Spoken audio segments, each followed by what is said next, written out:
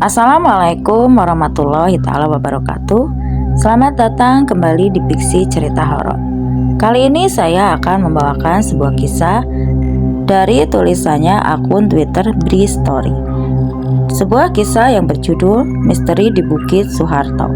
Dan untuk seperti apa kisahnya, mari kita masuk ke ceritanya. Terjadi pada tahun 2013. Aku ini adalah orang yang paling takut ketinggian. Bisa pingsan kalau harus berada di tempat tinggi. Ya, tentu saja. Aku paling takut naik pesawat terbang. Tapi karena tugas kantor, dengan sangat terpaksa aku harus menggunakan pesawat untuk mencapai tujuan 2 kota. Pada tahun 2013, kantor menugaskanku untuk ke Samarinda, sebuah kota besar di Kalimantan Timur. Excited karena itu adalah pertama kali aku ke Samarinda. Tapi ada yang bikin aku deg-degan. Ya, terbang. Jakarta Samarinda harus menggunakan pesawat, tidak ada cara lain. Rabu pagi take off dari Jakarta menuju Balikpapan. Waktu itu, tidak ada pesawat yang langsung ke Samarinda.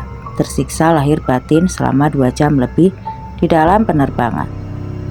Singkat cerita, akhirnya mendarat dengan mulus di Bandara Sepinggan Balikpapan. Dari situ, aku lanjut jalan darat menggunakan mobil, sekitar 3 jam lebih perjalanan ke Samarinda. Aku disuguhkan pemandangan yang bagus selama perjalanan darat itu. Tapi memang pada dasarnya, aku hobi jalan-jalan, apalagi ke tempat yang baru pertama kali dikunjungi. Jadi apapun kondisinya ya aku asik-asik saja. Oh iya, perjalanan darat Balikpapan Samarinda ini melewati wilayah yang namanya Bukit Soeharto. Wilayah hutan raya yang dikelola pemerintah. Hutan rindang yang bagus sekali. Aku menyukainya. Mengingatkanku akan wilayah ujung kulon. Aku suka suasananya. Di tengah perjalanan sopir mengajakku mampir istirahat di warung tahu Sumedang. Nah, aneh kan? Di timur Kalimantan kok malah ada tahu di Sumedang. Tapi tempat ini cukup ramai dan terkenal juga. Teman-teman yang tinggal di Balikpapan atau Samarinda pasti tahu tempat ini. Setelah istirahat makan, kami melanjutkan perjalanan. Tidak berapa lama kemudian, kendaraan mulai memasuki wilayah Bukit Soeharto. Ketika melintas wilayah itu, aku merasakan suasana yang tidak biasa. Banyak cerita dan peristiwa seram yang pernah terjadi. Aku merasakan itu. Dan pada akhirnya, nanti aku akan tahu kalau wilayah ini ternyata banyak menyimpan kisah seram dan mengerikan dalam sejarah perjalanannya. Kenapa tahunya belakangan? Karena ada peristiwa seram yang berhubungan dengan Bukit Soeharto. Dan setelah peristiwa itu aku harus mencari tahu ada apa sebenarnya. Salah satu yang menarik perhatian adalah peristiwa penyiksaan banyak pekerja paksa Indonesia oleh tentara Jepang pada zaman penjajahan. Kita menyebutnya Romusa. Menurut cerita warga, banyak penampakan yang berkaitan dengan kejadian yang tercatat dalam sejarah itu. Belum lagi ada cerita beredar mengenai kejadian tentang orang dirampok dan kemudian dibunuh, jasadnya dibuang di wilayah hutan Bukit Soeharto. Nah, kejadian terakhir inilah yang tampaknya berhubungan dengan apa yang aku alami di Samarinda nantinya. Matahari sudah hampir sejajar dengan ubun-ubun kepala ketika mobil yang aku tumpangi mulai memasuki kota Samarinda. Gila, panasnya. Tujuan langsung ke kantor klien untuk menyelesaikan pekerjaan secepatnya supaya bisa langsung cari kopi lokal. Iya, kopi lokal sebagai kopi junki. Setiap daerah yang aku kunjungi, aku pasti cari kopi asli di daerah setempat. Makanya, aku mau buru-buru ke hotel supaya bisa langsung jalan-jalan di kota dan ngopi.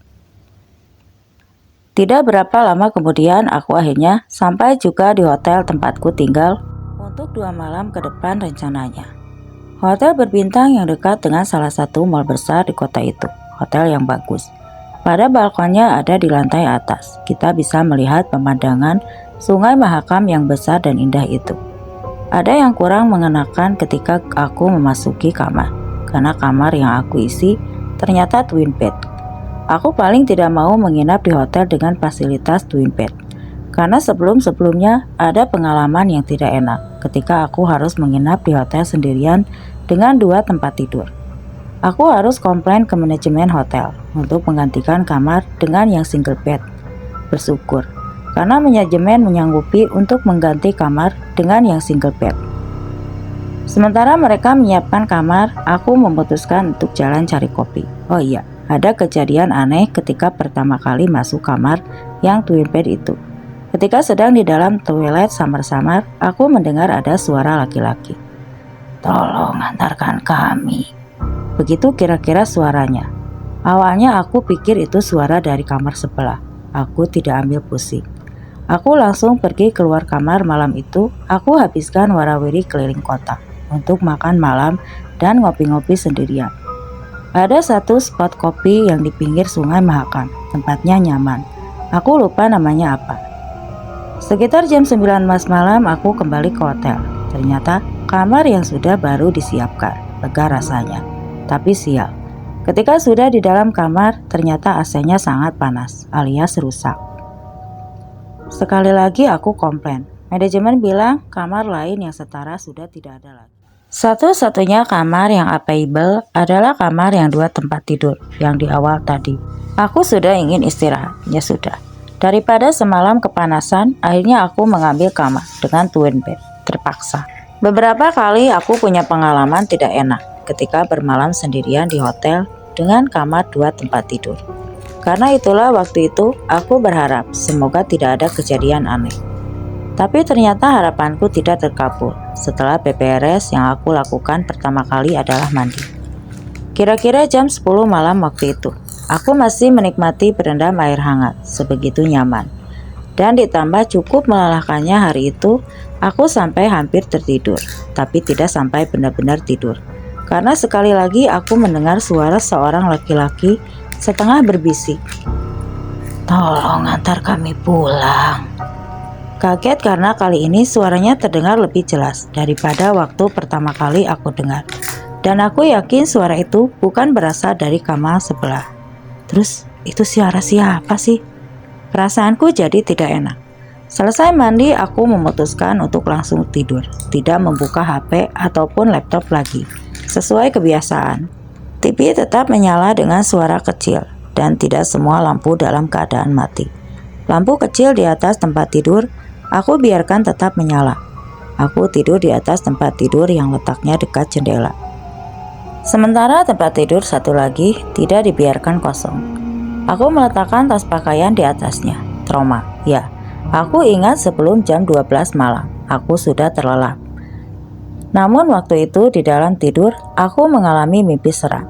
Dalam mimpi aku didatangi 2 orang laki-laki yang wujudnya cukup menakutkan. Laki-laki pertama berpostur tinggi besar, berpakaian lelaki normal, tapi ada yang menyeramkan. Laki-laki ini lehernya hampir putus, darah bercucuran membasahi pakaian. Lelaki kedua lebih menyeramkan lagi, dengan postur lebih pendek dari yang pertama. Pakaian yang digunakan juga pakaian lelaki normal. Terus apa yang aneh? Apa yang seram? Yang menyeramkan adalah lelaki kedua itu berdiri tanpa kepala. Ya, kepalanya tidak ada. Di dalam mimpi aku hanya berdiri diam, tidak bisa bergerak, dan tidak bisa mengucapkan kalimat apapun. Aku hanya mendengarkan saja ketika laki-laki yang masih ada kepalanya berkata, "Tolong antar kami pulang." Sebegitu ketakutannya aku sampai terbangun dari tidur dengan napas tersengal-sengal. Terbangun tapi tidak bangkit dari tempat tidur. Posisi miring ke kiri menghadap jendela kamar, membelakangi tempat tidur yang kosong. Tidak seluruh jendela kamar tertutup tirai. Sebagian aku biarkan terbuka sehingga sebagian kaca jendela terlihat. Nah, ketika masih kaget dengan mimpi yang baru saja dialami, tiba-tiba pandanganku menangkap pemandangan aneh dari kaca jendela kamar. Kaca itu memantulkan situasi dan keadaan di belakangku. Terbaring tidur. Situasi di tempat tidur kosong. Karena penasaran, aku mencoba untuk lebih memperhatikan, lebih fokus. Ternyata dari pantulan kaca itu terlihat 2 orang laki-laki yang baru saja hadir dalam mimpi. Mereka tepat berada di belakangku. Lelaki yang pertama posisinya duduk di tempat tidur menghadapku. Lelaki yang kedua berdiri di sebelahnya tanpa kepala, menghadapku juga. Aku tidak berani berbuat apapun, badan gemetar ketakutan. Membaca doa sebisanya. Di tengah kekalutan, aku memutuskan untuk memejamkan mata. Tapi baru beberapa menit setelah memejamkan mata, telinga kananku merasakan ada hembusan udara hangat, seperti napas. Ada yang bernapas dekat telinga. Di tengah-tengah ketakutan, tiba-tiba sekali lagi aku mendengar suara orang berbisik pelan di telingaku. "Tolong antarkan kami pulang." Beberapa detik kemudian, aku sontak langsung berdiri dan memberanikan diri melihat ke arah posisi dua orang itu berada, dan mereka sudah tidak ada. Aku langsung berlari keluar kamar dan duduk di balkon hotel. Setelah semuanya mulai agak tenang, aku menelpon Om Denny. Om Denny adalah orang yang biasanya aku telepon apabila aku sedang mengalami kejadian-kejadian mistis dan menyeramkan. Nanti kapan-kapan aku cerita detail mengenai beliau. Dalam percakapan telepon, aku ceritakan semua dari awal, dan Om Denny bilang, "Ya sudah Bri, kamu antar pulang saja, kasihan." "Antar pulang kemana Om? Mereka juga nggak bilang minta diantar kemana. Pokoknya gak mau ya Om."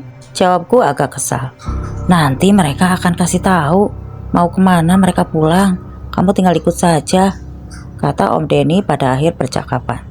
Inti dari percakapanku dengan Om Denny adalah mereka benar-benar minta tolong untuk diantarkan pulang. Pulang kemana? Kenapa meminta tolong padaku? Karena mereka menganggap aku cukup kuat untuk mereka jadikan tumpangan ke tempat tujuan mereka pulang.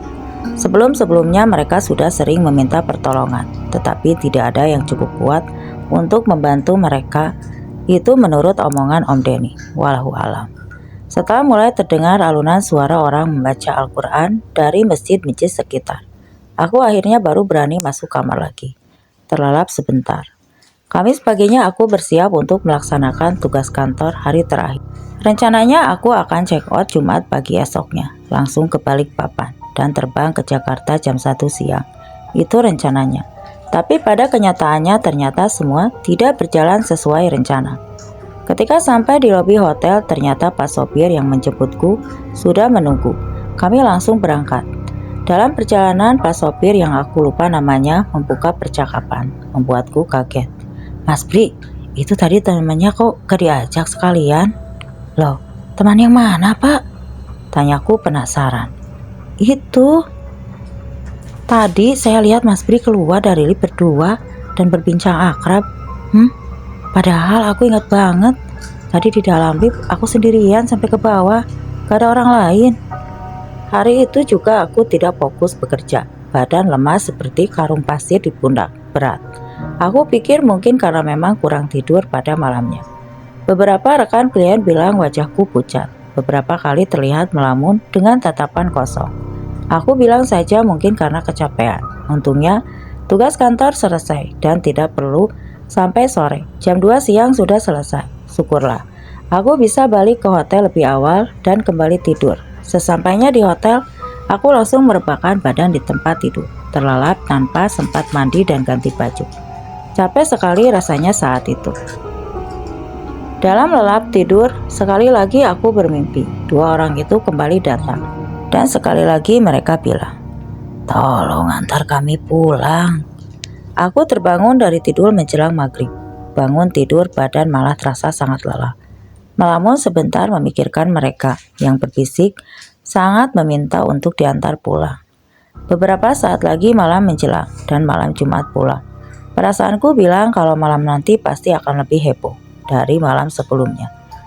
Daripada aku tersiksa semalaman, akhirnya aku memutuskan untuk check out selepas maghrib dan langsung berangkat ke Balikpapan. Aku cari hotel di Balikpapan saja supaya tenang dan tidak mempedulikan omongan Om Denny yang menyuruhku untuk mengantar mereka pulang. Aku langsung berkemas dan berangkat ke Balikpapan. Bodo amat. Untungnya aku masih dapat tempat duduk di travel tujuan Balikpapan, walaupun harus mendapatkan mobil terakhir pada hari itu. Keberangkatan jam 10 malam. Jam 9 malam aku sudah sampai di pool travel. Hanya ada beberapa orang di ruang tunggu. Mungkin karena bukan hari libur atau musim liburan, jadi hanya sedikit orang bepergian keluar kota. Mungkin mendekati jam keberangkatan, yaitu jam 10 malam. Ruang tunggu semakin kosong. Hanya ada aku dan seorang lelaki berumur sekitar 30 tahunan yang duduk di kursi belakang. Tepat jam 10 malam Pak sopir bilang mobil akan berangkat. Kami para penumpang dipersilakan masuk. Benar saja, mobil benar-benar kosong. Penumpang hanya 2 orang, hanya ada aku dan lelaki yang tadi aku bilang. Aku duduk tepat di belakang kursi sopir. Kursi sebelah dudukku kosong. Penumpang yang satu lagi duduk di deretan kursi tengah di belakangku. Perlahan mobil meninggalkan Samarinda, membelah gelapnya malam di sisi Sungai Mahakam. Badan masih capek dan berat. Aku memaksakan diri untuk tidur. Istirahat 1 atau 2 jam mungkin akan sedikit membantu. Tapi ketika akhirnya aku sudah mulai bisa terlelap, aku malah kaget dan terbangun. Tiba-tiba, ingat kan ada satu penumpang lain yang duduk di belakang. Tiba-tiba dia terlihat sedikit panik dan bilang, "Pak sopir, stop pak, stop. Saya turun di sini saja pak." Sopir langsung menghentikan kendaraan dan bertanya, "Kenapa nggak jadi ke Balikpapan pak?"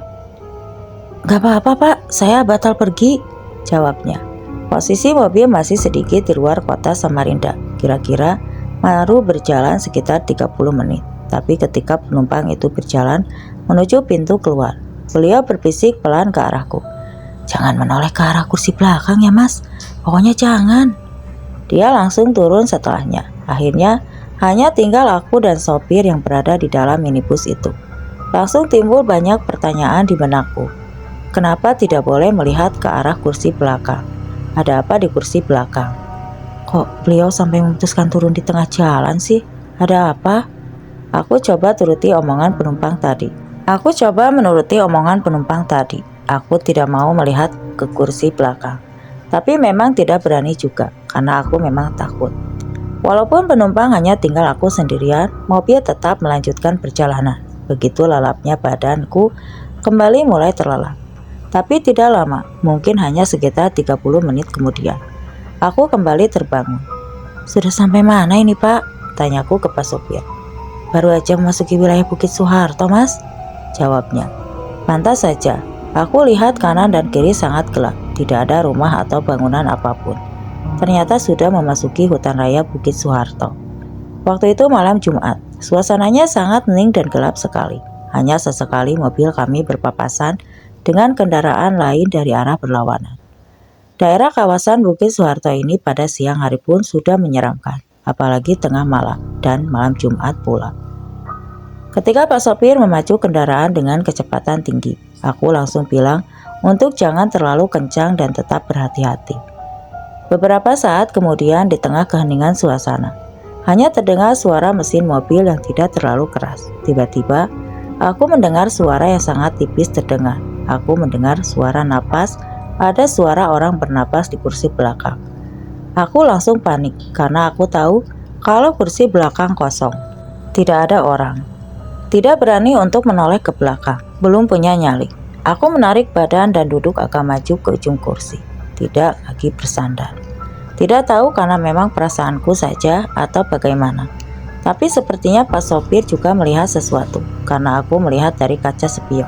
Matanya terlihat seperti ketakutan dan seperti sambil terus membaca doa. Di tengah-tengah mencekam suasana, tiba-tiba terdengar suara batu keringan dari kursi belakang. Refleks aku menoleh ke kursi belakang, ke arah sumber suara. Ternyata di kursi belakang, tepat di belakang kursi tempat aku duduk, aku melihat ada 2 orang yang mendatangiku di hotel tadi dengan penampilan yang sama. Yang satu dengan kepala nyaris putus dengan darah membasahi pakaiannya. Orang yang satu lagi duduk di sebelahnya, hanya badan, tanpa kepala. Langsung lemas badanku, ternyata mereka ikut di dalam kendaraan. Beberapa detik aku bertatapan dengan dia yang masih berkepala. Beliau tersenyum tipis di dalam gelap. Aku langsung berpaling, aku panik ketakutan dan langsung menundukkan kepala. Aku sadar aku memegang dengan kencang pundak Pak supir dari belakang. Tapi beliau diam saja, seperti sudah mengetahui peristiwa yang tengah terjadi di belakang mobil. Beberapa menit kemudian aku merasakan kalau mobil berbelok ke arah kanan jalan dan berhenti. Aku mendongakkan kepala, ternyata mobil berhenti di depan warung kecil yang sudah tutup. "Mas, kita turun dulu di sini mas," ajak Pak supir dengan suara sedikit bergetar dan mematikan mesin. Aku mengikuti ajakannya, langsung membuka pintu dan keluar mobil, tanpa berani melihat sedikit pun melihat ke arah kursi belakang. Kami berdua duduk di depan warung yang sudah ditutup. Hanya lampu kecil pada langit-langit yang menyala. Cukuplah daripada gelap sama sekali. Kami duduk hanya beberapa meter dari mobil. Di depan adalah jalan raya. dan hutan rindang di seberangnya. Sekeliling warung adalah hutan. Jam 12 malam, aku dan sopir terdampar di tengah wilayah Bukit Soeharto. Hanya sesekali mobil yang lewat melintas, sepi sekali. Saya takut mas, saya nggak tega juga melihat mas ketakutan di kursi belakang, kata Pak sopir membuka omongan. Emang bapak lihat mereka juga? Tanyaku pelan. Saya lihat dari spion, waktu masnya masih tidur pun mereka sudah ada. Saya juga lihat mereka lebih dulu. Waduh, karena aku tidak mau berlama-lama terdampar di tempat itu, akhirnya sekali lagi aku menelepon Om Denny. Bodoh amat. Om, tolong aku om. Aku langsung bilang begitu ketika Om Denny mengangkat telepon di ujung sana. Setelah aku menceritakan semuanya, Om Denny malah tertawa, ngeselin. Kemudian Om Denny memintaku untuk meletakkan HP di dalam mobil. Beliau mau coba berkomunikasi dengan mereka. Dengan berat hati aku turuti kemauannya. Tanpa melihat ke kursi belakang, aku letakkan HP di atas kursi tengah mobil. Setelah itu aku tutup pintu dan kembali ke tempat semula. Cukup lama Om Denny berkomunikasi. Aku hanya bisa menunggu dengan sabar dan penasaran. Sekitar 15 menit kemudian, tiba-tiba pintu belakang mobil terbuka dengan sendirinya. Aku dan Pak sopir melihatnya, hanya diam 1000 bahasa. Kemudian setelahnya terlihat ada 2 orang keluar dari dalam mobil. Orang yang turun belakang tanpa kepala. Mereka berjalan pelan menuju jalan raya dan menyeberanginya. Aku dan Pak sopir melihat kejadian itu semua, sampai mereka berdua menghilang di rindangnya hutan raya Bukit Soeharto. Setelah tenang, aku langsung ambil HP dan aku kembali berbicara dengan Om Denny. Udah Bri, mereka udah pulang, kamu gak usah takut lagi, langsung lanjutkan perjalanan ke Balikpapan sekarang ya, hati-hati, itu kata Om Denny. Kira-kira apa yang Om Denny katakan ke mereka? Aku langsung mengajak Pak sopir untuk melanjutkan perjalanan menuju Balikpapan. Kali ini aku tidak mau duduk di belakang, aku duduk di sebelahnya. Dalam perjalanan Pak sopir cerita, kalau beliau ternyata sudah hampir 20 tahun jadi supir travel Balikpapan Samarinda. Jadi setiap kejadian heboh di Bukit Soeharto, dia pasti tahu. Terus dia bilang, sekitar 1 tahun sebelumnya terjadi pembunuhan di wilayah Bukit Soeharto. Ada mobil yang dirampok. Seorang penumpang dan sopirnya dibunuh. Salah satunya ada yang kepalanya dipenggal sampai putus. Sebelum dibunuh, korban menginap di hotel tempat aku menginap di Samarinda itu, tanpa pernah check out lagi, karena sudah terlanjur meninggal. Kira-kira begitu cerita dari Pak sopir, entahlah.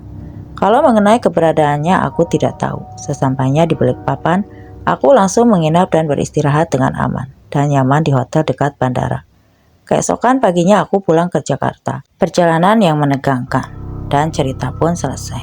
Dan terima kasih untuk yang sudah mampir ke channel ini. Dan sekali lagi terima kasih.